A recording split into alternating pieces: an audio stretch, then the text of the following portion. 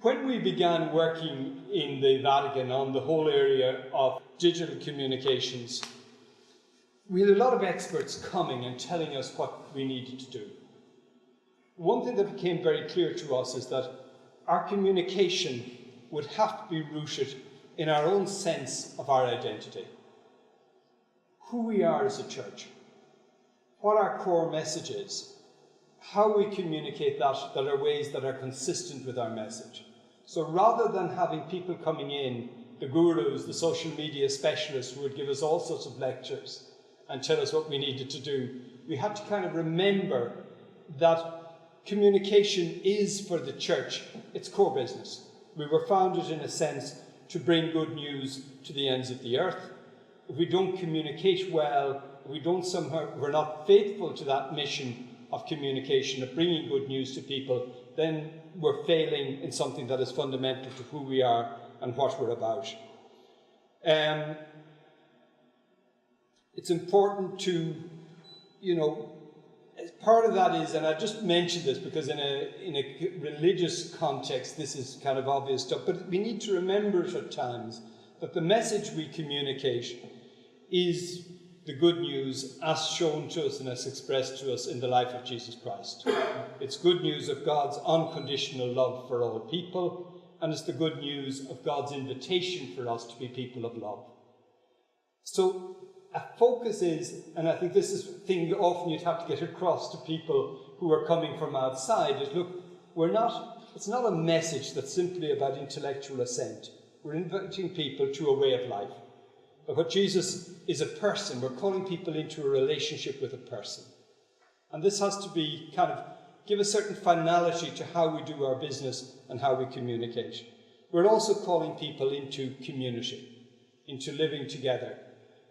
So a lot of our strategies have to think about how the importance of the digital as a point of contact, and I won't be doubting the importance of the digital, but remembering that ultimately we're inviting people into a way of life that is also about service.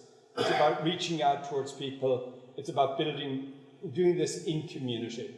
So that needs to orientate how we think about what we're doing. The other thing I think is important, and sometimes maybe it's not true, but it's a kind of mistake. We're inclined to sit with the church, step back, and we analyse what's happening in the world.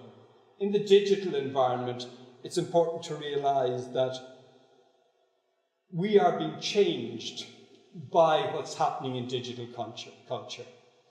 We are very much, it's communications that's at the core of our internal activities. And I can talk to you later about this, but a number of religious orders have begun to reflect on how can digital platforms help us to build the sense of being a community. How can we use this for our own internal communication? How do we build platforms that will allow leadership maybe to have a response from membership? How do we work together collaboratively? And there are platforms that enable collaborative decision making. So this is not just something we work out towards others, but we need to think about its impact on us and how we think about ourselves. I think the church is itself a community. Therefore, our dynamics, particularly among our younger members, are going to be affected by how they think and understand communications. The community also has the sense of how do we get identity is an important issue for church. What is my sense of belonging? Where's my sense of the community I belong to? And these are issues that are hugely affected by the digital environment. One issue is that as a church or as a community, as individual ministers, we are communicating explicitly and deliberatively, but we're also communicating all the time, whether we realise it or not. So, I think we've just been through a rather strong election campaign in Ireland about the abortion issue.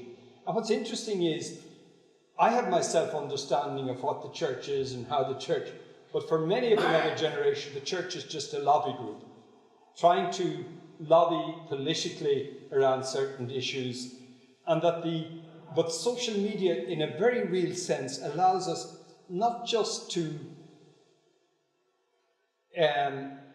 project our message, but very often to watch in and listen in and see the conversations where people are reacting to what we have to say. It can be harsh at times, it can be difficult at times, but social media does allow us to go below the line and look at the comments, look at the responses, look at the ways people perceive you, and at least maybe at times not make the mistakes that are reinforcing their understanding of who we are. So this kind of importance of social media, I think, does give us a very privileged possibility of understanding how others see us. And good communications is not just about what we think we're doing, but it's about how we're perceived.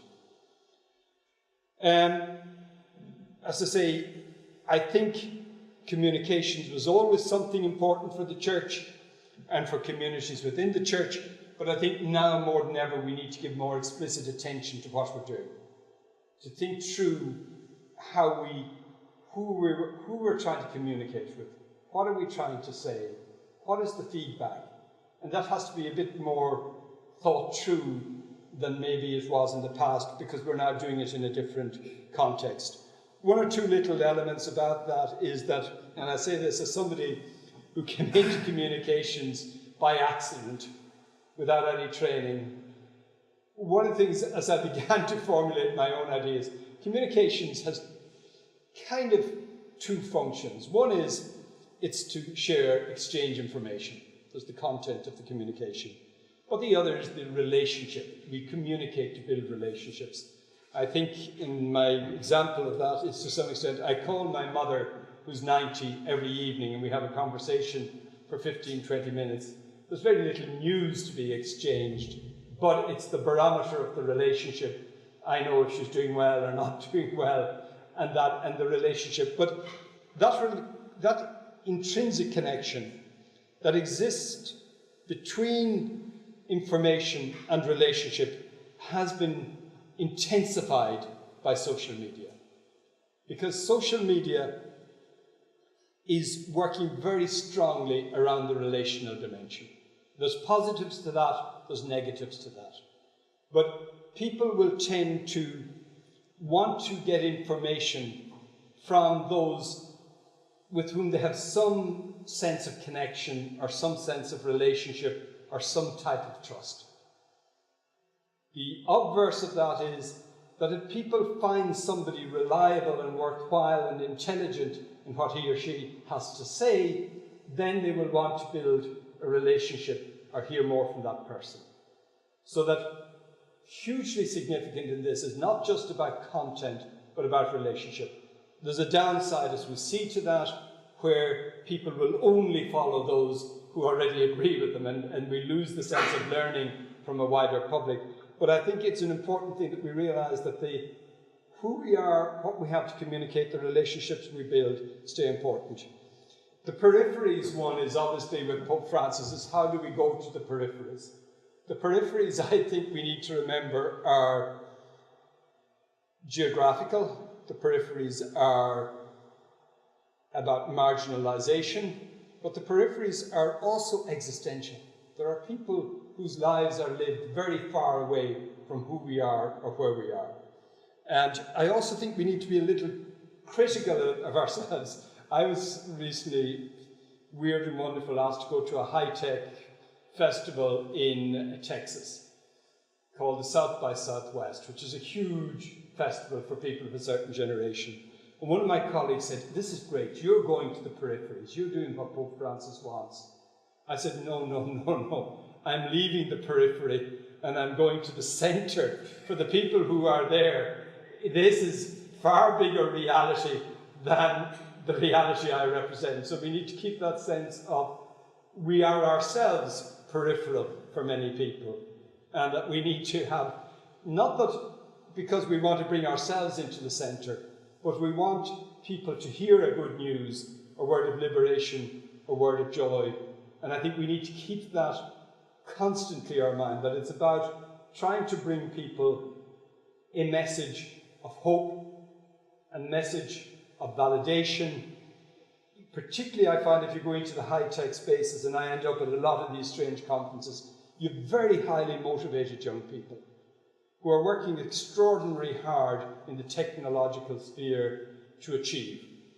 At a lot of these festivals, they have 5 minutes to pitch a product, and the venture capitalists are there to either buy it or not buy it. But they're competing, they're having to perform, they're having to earn the attention, and somehow occasionally to be able to say, well look, there's another way of thinking about the gratuity of God's love that is quite disruptive of the mentality of the environment in which they're. So I think we need to keep that awareness of the core message we have is something that doesn't cease to be relevant, even in what look to be distant and difficult cultural contexts. A digital world, this is just the image that many of you will have seen before. The prevalence of devices as intermediaries between people and the reality in which they're living was captured by somewhat similar photographs. The 2005 election of Pope Benedict, 2013 election of Pope Francis. By now everybody's, rather than watching, we're all recording, we're all there. And that's just symbolically, I think, captures something about the world in which we live. A few little things here that I think are somewhat obvious. A lot of us working in this area got caught up very strongly on talk the language of a revolution or the transformation. The technical side of that is that the devices we carry are more powerful, they're smaller, they're cheaper, we're more connected. They have all sorts of applications that work on them, that are changing all the time. That's the easy to see bit. The really interesting thing is how these same devices and the platforms are transforming the world in which, particularly, I think, younger people are living. I mean, if you think, I have, and I've used this example before, I have 15 nephews and nieces aged between 10 and 32. They have grown up in a totally different kind of world to the one I did. Because the way they get news is radically different. They get news, they don't watch the news, they don't buy newspapers, but they are informed. The way they form their opinions, radically different to the way. They also have a thing that we didn't have by and large, an ability to express themselves, and an expectation that they will be able to express themselves, which was not technically available in the same way to my generation.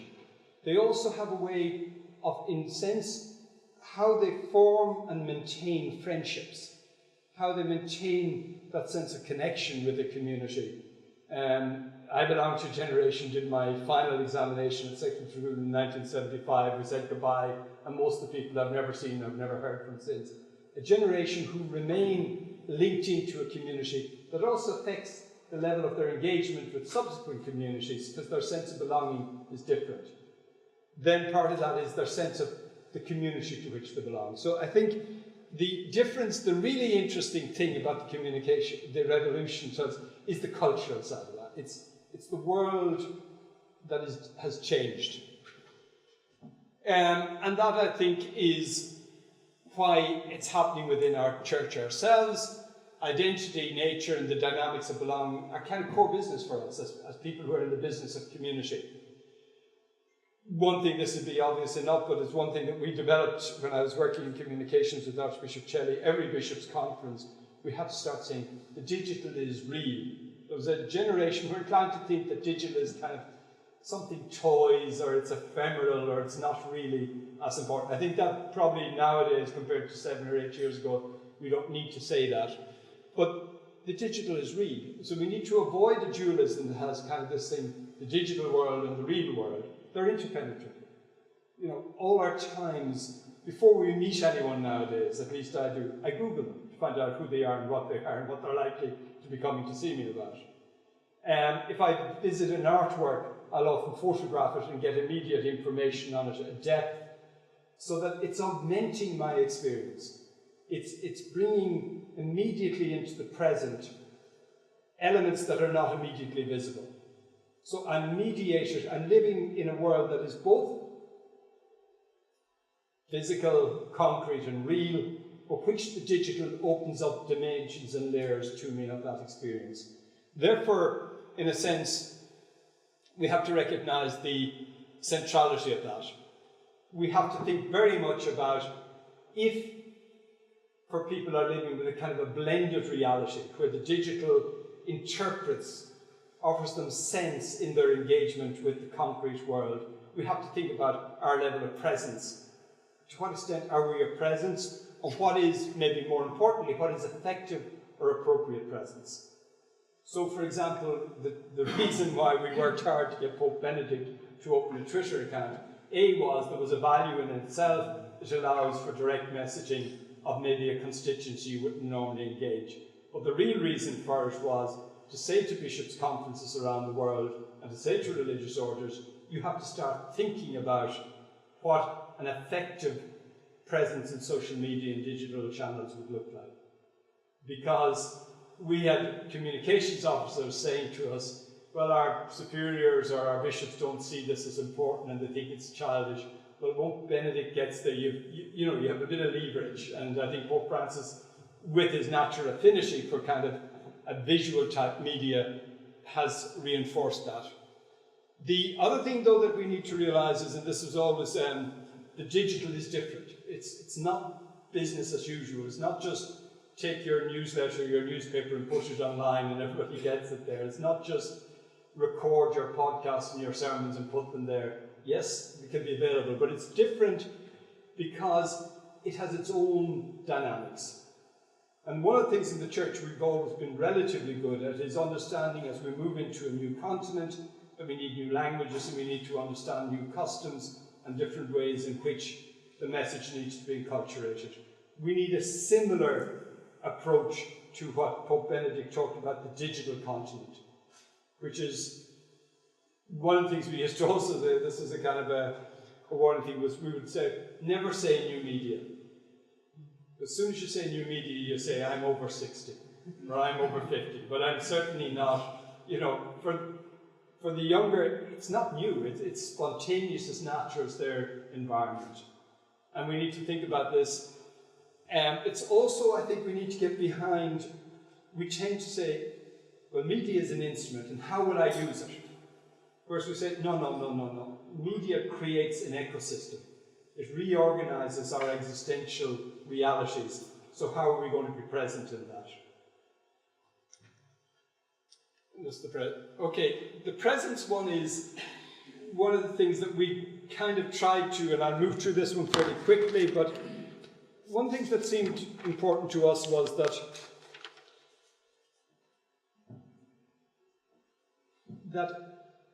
church, institutions of the church, and individual believers have complete entitlement to be part of the digital environment. It's not, we don't have to apologize, but if we're there, we should be there in the first place as good citizens, as people who see the potential in social media to actually build up the sense of the unity of the human family, see the potential in social media to create good conversations across distances and across times and across cultures. And we need to be first and foremost people who are kind of able to be there credibly, with a certain respect for other people. And only then will there be a credibility about our presence as believers. I'll come back to this more, but if we're kind of saying that we're in the business of trying to share a message of joy, share a message of hope, and we're there fighting our corners, as can happen very quickly in social, it's not going to be a very effective witness to the joy we claim to receive from our relationship with Christ. So we have this thing of, yes, we should be absolutely present. We need to be present with a thoughtful presence. Again, Pope Francis had this thing when we went to meet with him, and he said, well, look, what would I expect from Catholics and believers who are present in social media? He said, the first rule is, I want you to listen. It's a great way of you understanding where people are in a journey of life. What are the kind of concerns they have? What are their worries? Listen first. Then he said, conversation, meaning a kind of listening that also is a response to that listening, that is a taking seriously people's questions, is a willingness to go a bit deeper with people, to take time with people. And finally, he said the hallmark for us has to be words of encouragement. Pope. So he used the other image, he talked about neighbourliness. What would a good neighbour in social media look like? How do we express mercy and tenderness in social media in an environment that is, its own culture tends to be very rough, very different? And this would be kind of, he used the image of the Good Samaritan. One of the things some religious orders are looking at is, in terms of their own particular charisms, how do we, if we have a charism towards education, how do we educate online? How do we not just use online to draw you back to what we always did, but how do we actually faithfully continue what were our priorities in education, or in healthcare, or in social services through an online presence? How do we support people? How do we advise? How do we care? So how do we express good neighbourliness in a different environment? Not that this be the only environment, but that it becomes a hallmark of our presence.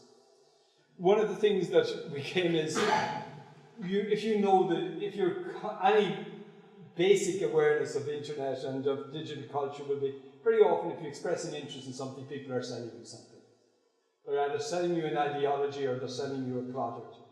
One of the things that we need to do is that we're not there as another kind of proselytizing, ideologized group that is trying to trap you into a conversation. Before you know it, we're booming you with our message.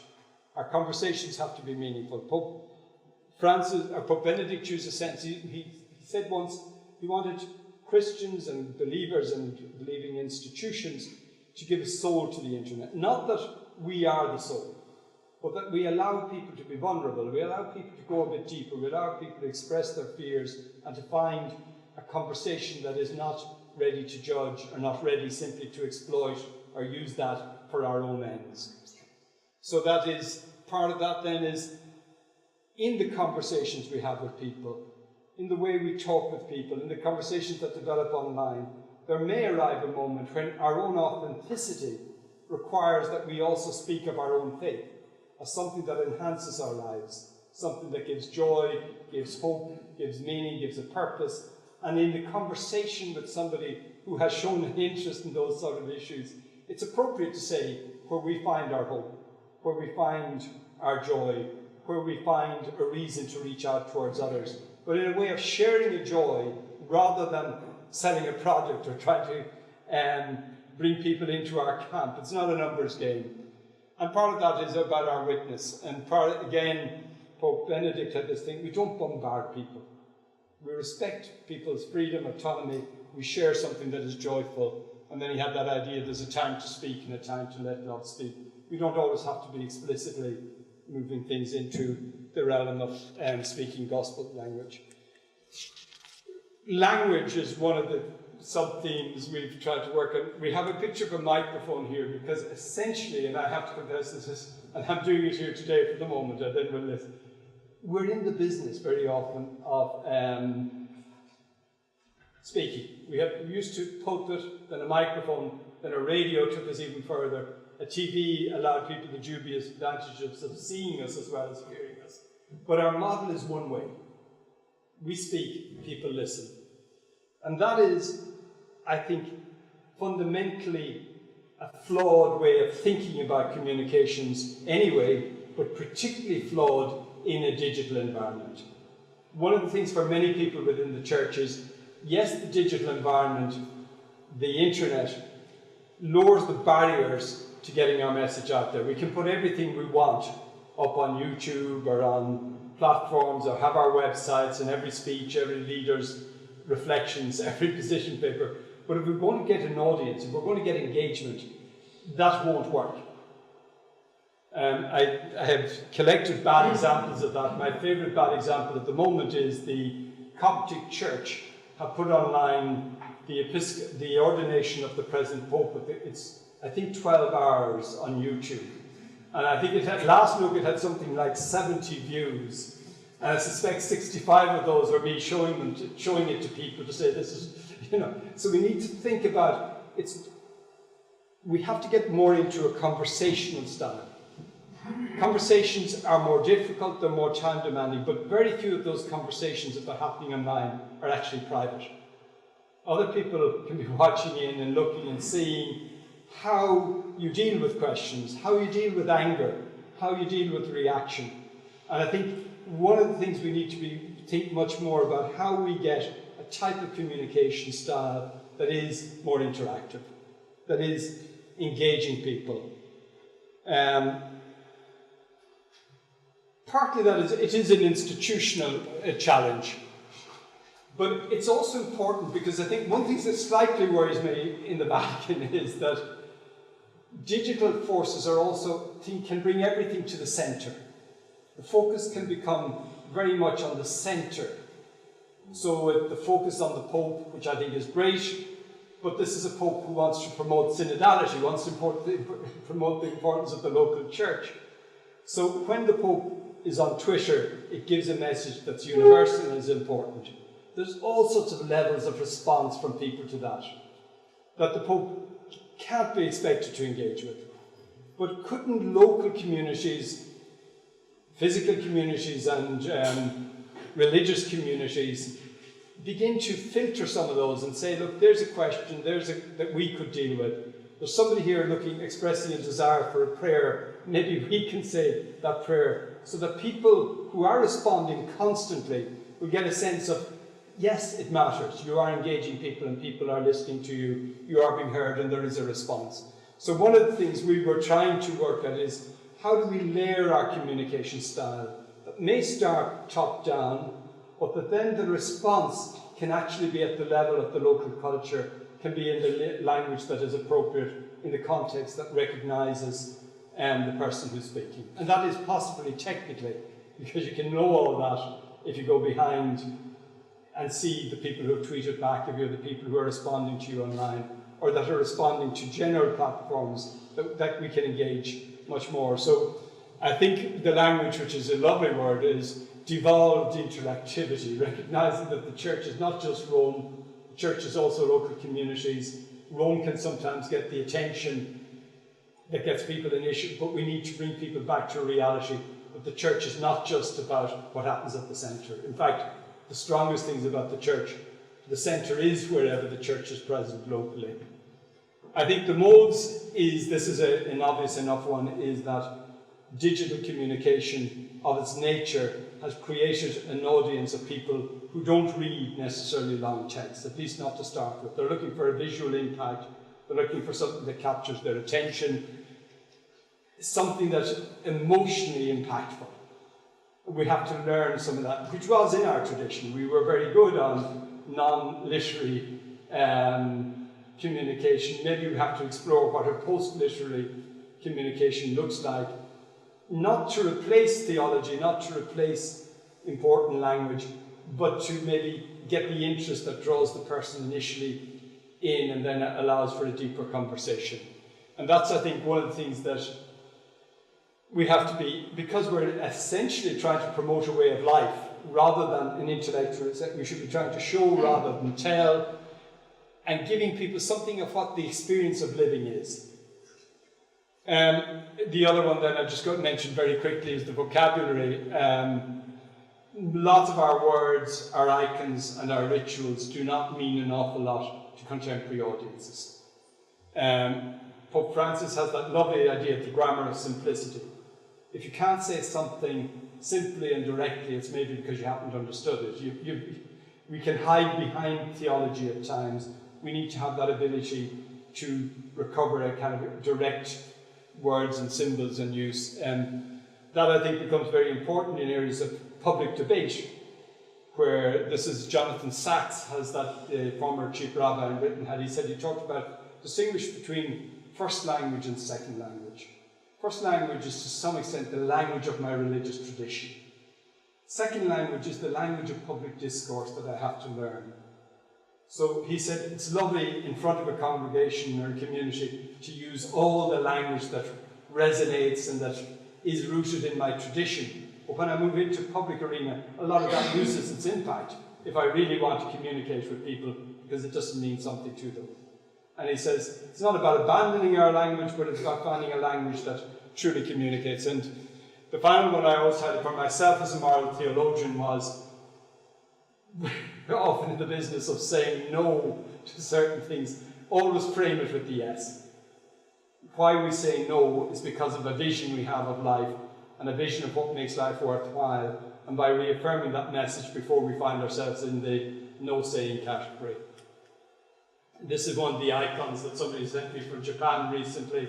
It's a publicity for, I think it was for Christmas, and they knew it had something to do with religion, and they knew also it had something to do with Santa Claus, so Santa Claus gets put up on the cross. And that's level of confusion about who we are and what we're about is not to be underestimated.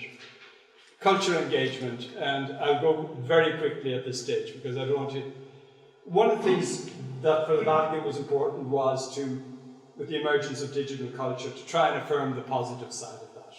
To start by affirming the positive. Because the headline, Vatican condemns Facebook or whatever, is too easy. It's there, written by many journalists before we begin. But we wanted to have this sense of saying, look, digital culture has a great potential to bring people closer together, to allow for dialogue, to allow for discussion, to allow for mutual growth and mutual knowledge of each other. And that's something we should begin by affirming. We can recognize the risks and the abuses of that we can recognize the horrible polarization that seems at the political arena seems to have been accelerated by digital media, where people, back to this idea of the relationship and the knowledge, I will only take information from those I know agree with me. I will not be willing to hear from somebody else. So one of the things that we try to bring is that, you know, one advice was stay away from social media. It's so negative and so down and so dark and it's so horrible and it brings out the worst in people. Stay away from it. That would be, I think, to abandon a hugely important part of people's lives. But also, I think it would be to leave the field to the trolls. It leaves it to the negative. We have to be there. And one thing we try to say, we must be part of that culture. We must try and participate in it. But we can't let our form of engagement be determined by what might seem to be some of the dynamics of that culture. So we're in, but not off the culture. One of the things I think that makes this is that there's a very good Dutch theologian, Henk Vet, that has picked this up wonderfully. He says, is that digital kind of served as an accelerator for things that were already in postmodern culture. So it's fractured. There's no overall narratives. There's no big story. There's no shared future. There's no even agreement on the past. The ultimate values that guide that, there's confusion around that. And he says, therefore, a lot of the digital material, stuff we find online, is better at being skeptical, at casting doubt at other people's certainties, at raising suspicions and conspiracy theories. And even when it's not earnest kind of community, it's ironic, it's humorous. And we tend to be earnest people. We're not always very good at engaging with cultures that have different dynamic and different ways. So how do we maintain a presence that is appropriate?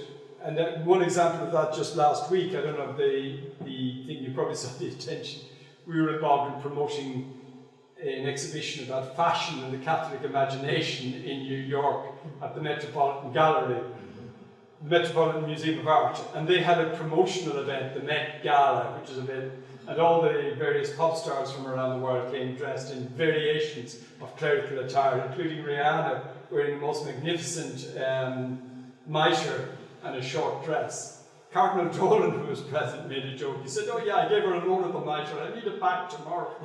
He's then condemned because they don't expect us to joke. Does that make sense?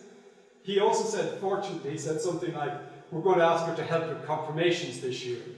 And the more right-wing blogs did say, "We think he's joking," you know, almost disappointed because we could condemn him.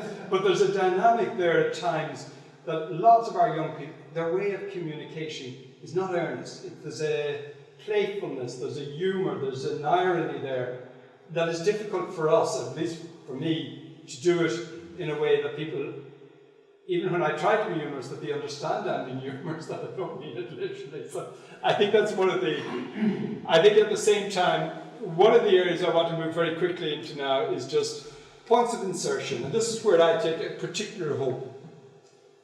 And I think in terms of our outreach, if we take the activities, the drivers that have made social media platforms extraordinarily successful, and the entrepreneurs who want to become millionaires want to know what they need to tap into in the human psyche. What are the kind of platforms or the issues that will get people's attention? What will hold their attention? The drivers have been, interestingly, things like connectivity. Facebook and all that are working on, people want to be connected, they want community. Maybe there we have to try and help a conversation that says to people, well, friendship is not just quantitative, which is maybe the model of a Facebook thing, it's also qualitative. What are the sort of things we need to cultivate good friendships? Could some of our habits in digital culture work against that because we don't give time, we're not willing to learn from people who are different, so some of the richness of friendship could be lost. Search is the secret of the Googles. It's people want information. We could push it a little bit deeper. They also want information that's reliable and dependable. Very often that's, in the current environment, communicated through how many people recommend something or the emotional language. But people, I think it's a starting point for what do we understand by what is trustworthy, what is worthwhile, what is helpful information, and maybe thickening out to some question about truth in that. People want to share.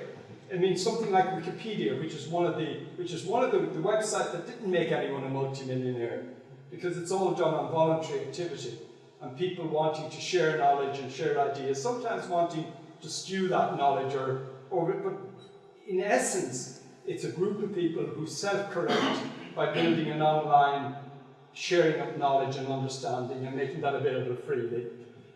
There's something in people wanting to give something freely. The downside of that is it can become a little narcissistic, or it's all about me showing off rather than anything else.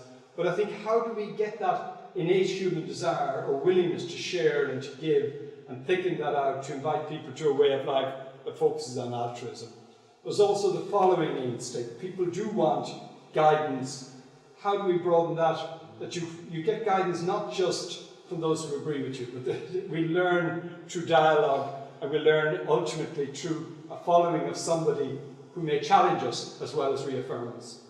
And then play, which is, I suppose, so much of the internet is about people looking for stimulation, looking for the downside of that it becomes a kind of a distraction, or disengages people from our world. But how do we rediscover the possibility of talking about beauty and art? And to some extent, as an old moral theologian or a retired moral theologian, they begin to look to me like some of the basic human goods that we used to try and build a theory of: a desire for friendship and connectivity, a desire for truth, a desire to be loved. So maybe we can see in this that human nature continues to have the potential is there, if we shape our messages correctly, to be able to connect with people's aspirations. The downside of that, as I say, has been the model. There's a couple of people coming out of the industry now who say that, what do social media platforms, how do they make their money? What are they ultimately looking for? They're looking for our attention. Because the more time any one of us spends on a platform, the more advertising they can send us, and the more data they're getting from us that they can then monetize. And Tristram Harris is a guy who's worked for Google as a behavioral psychologist. He said his role was to see what sort of material keeps people online. And he basically said the dumber you got, and the more basic instincts you catered for, the more attention you got. I think we don't want to yield to that. And it's not because we're competing for attention, but I think we recognize, can we offer something to people that's richer, rather than some of that just appeals to a more basic or a base knowledge. I think for institutional challenges, I'm going to just mention one or two here. The line I'd like to pick at the end, because I think it might be something that's relevant to you as a community, that certainly is relevant to all of us, I think, is the question of formation for ministry. People who are coming into formation nowadays are coming in, they're thoroughly digitalized. Certainly I taught in seminaries in Ireland for a while. First thing we did was we separated people. We put them behind a wall and we gave them a walled-in experience of community. That's gone. People will continue to be connected to previous life and to previous work and to previous ideas. And that we shouldn't be fighting that. How do we embrace that? How do we make that part of our human formation? How can we we need to talk to people about their use and their engagement with social media to understand how they're developing at a human level. The intellectual level, I think we need to realise, as a teacher in the past, I was the gatekeeper. I told them what they should read, and I handed out to them what they might read. They have instant access to so much materials now. I think as a teacher, it's much more about being a guide and a mentor, teaching discernment, teaching judgment and criteria, rather than simply being the gatekeeper. The spiritual formation, I think we can also see how to be spiritual does not necessarily mean to have to come offline. There are resources that strengthen and build people's spirituality, also through an online presence. The pastoral issue, how can people be pastoral in ways that also incorporate a digital experience? And the final thing is, this is the one that I think, is that communications, and this is, Pope Francis comes back to this one. He says, look, he was talking to religious leaders. He said, look, the most important instruments, we wouldn't like him using the word instruments because we don't think they're just instruments, but the most important instruments of communication, he says, are us. We are. It's what comes from us, what comes from the heart, that actually communicates well, and that can be amplified depending on our ability to engage properly with the social media that allows to engage different publics. But that ultimately, in the social media environment, people they don't want your quotations, they don't want your ability to argue, they want to know from you what you believe and why you believe it.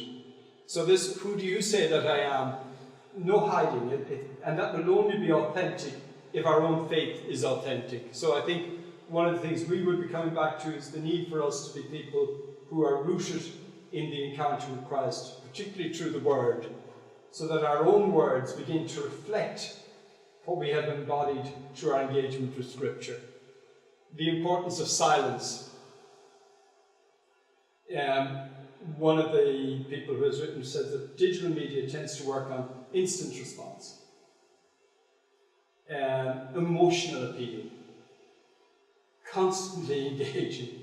But he says a lot of the skills we need to communicate well are also things about being logical, about reflecting, about thinking, and we need to think about how we cultivate those skills. The other one, I think we're in an environment where the advice of Jesus to turn the other cheek will never become more real than it is in the digital one. Not to allow ourselves to be conditioned by the negativity that we might engage online. Trust, I think, is one that is ultimately back to the thing that the news we proclaim, the message we have to proclaim, thankfully doesn't depend on us. God's word and God's love will reach people and does reach people, sometimes despite us.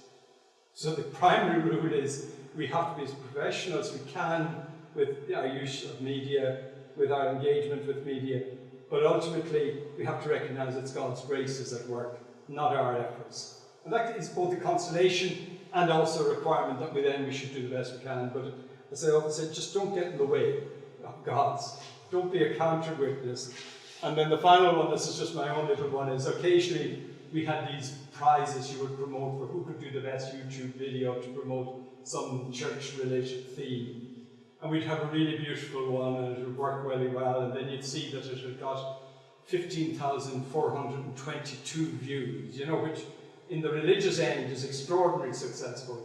Then you'd see maybe a relatively minor pop song with 200 million. Two cats fighting up a tree, 115 million, views.